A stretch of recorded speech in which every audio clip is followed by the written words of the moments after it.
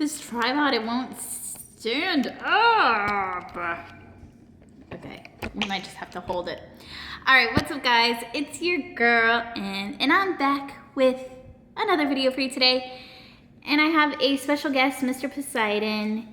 His treatment is tomorrow, and I'm so nervous about it. Look at my boy. Oh, I'm literally so nervous. I'm trying not to like stress out about it because I know everything's gonna be okay. They do this all the time. It's gonna be fine, but it's still nerve-wracking. So we will see. I'm about to work out in a little bit, so I just wanted to show you guys like my lunch sandwich before I work out. This is one of my most favorite sandwiches of all time. It is a dupe for the Panera Mediterranean veggie sandwich. Usually you would make it on like the Panera, well, Panera makes it on their tomato basil bread, which is so good. But as you know, I'm gonna be using sourdough because it's good for you, fermented.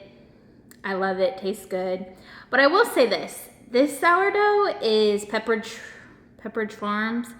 I like the Trader Joe's sourdough much better, but this is still good. But yeah, I prefer the Trader Joe's sourdough. But I might start buying bread from Panera, or I might start making my own bread. We are in a recession, and I've seen so many different bread recipes that are so much cheaper, not filled with preservatives and all that stuff, that you can make at home. So I might start doing bread recipes. I don't know, don't hold me to that, because I am a lazy girl at heart. So I might continue to just spend a little extra money and buy bread. So anyways, that was a little tangent rant. So we've got our bread here. And then I'm using just a traditional hummus. Just the plain. You could use like the roasted red pepper hummus. You could use any kind of flavored hummus you'd like. But this is the one that I'm using. And I'm gonna put it on both sides, on both pieces of bread. So you just add the hummus. It's so good. But Panera is pretty expensive. Like, I love Panera, but it is kind of overpriced for like what you get. So I think it's a good idea to kind of like know how to make some of the things that they do really well at home, so you're not spending a crazy amount of money. I saw somebody on TikTok called Panera glorified hospital food, and honestly, it kind of tracks. But I'm not gonna say it because I do love Panera. Okay, and then I have my other piece of bread, and I'm just gonna add my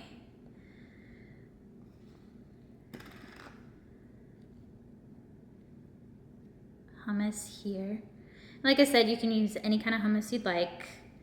I like the traditional kind. You can also make your own hummus, which is definitely something that I would be interested in doing. I just need to get a food processor in order to make that a reality. So we've got the hummus. And now I'm gonna take feta cheese. I love me some feta cheese. And I'm just going to crumble it on top of the hummus, because that way it like stays, because it's got like, it kind of like adheres to the hummus, whatever. Okay.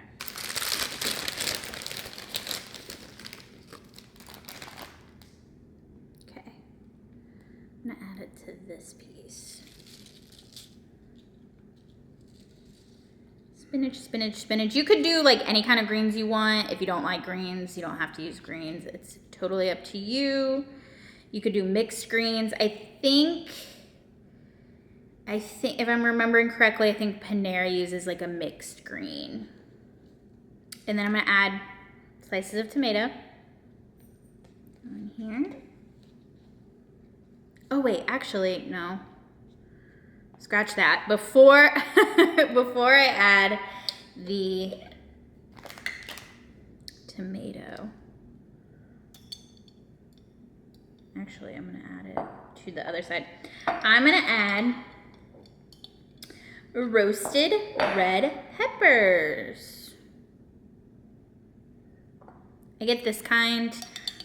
They have roasted red peppers pretty much everywhere. You could even make your own. It's really not even that hard. It's probably something that I should do myself anyways instead of buying them. But they're relatively cheap. Like I think this is, I think it's like $2 something. Okay, so there's the roasted red pepper. I'm running out. Usually I would put like a bigger piece, but I ran out. That's the last little bit of roasted red pepper I have. And then we're going to take our tomatoes and I'm gonna add it to the spinach side, I guess. And you always want to salt and pepper your tomatoes. I'm telling you, it's the way to live. Sometimes I squeeze a little bit of lemon juice on like the tomatoes and the spinach, but that's some effort and I don't feel like doing that today. So then I'm gonna add these pickled red onions. I have a video, I'm gonna put it right here, making how to make the pickled red onions. But yes, these are homemade pickled red onions. I'll just throw these on here. And I did that TikTok hack where you take like the potato peeler or whatever, and it gives you like the fine onions without having to put much effort into it. So there we go. Look at that. Ah, looks so good. Let's put this together. You can cut it. I'm not going to because it's just me here. And let's dive in. This is my Panera dupe.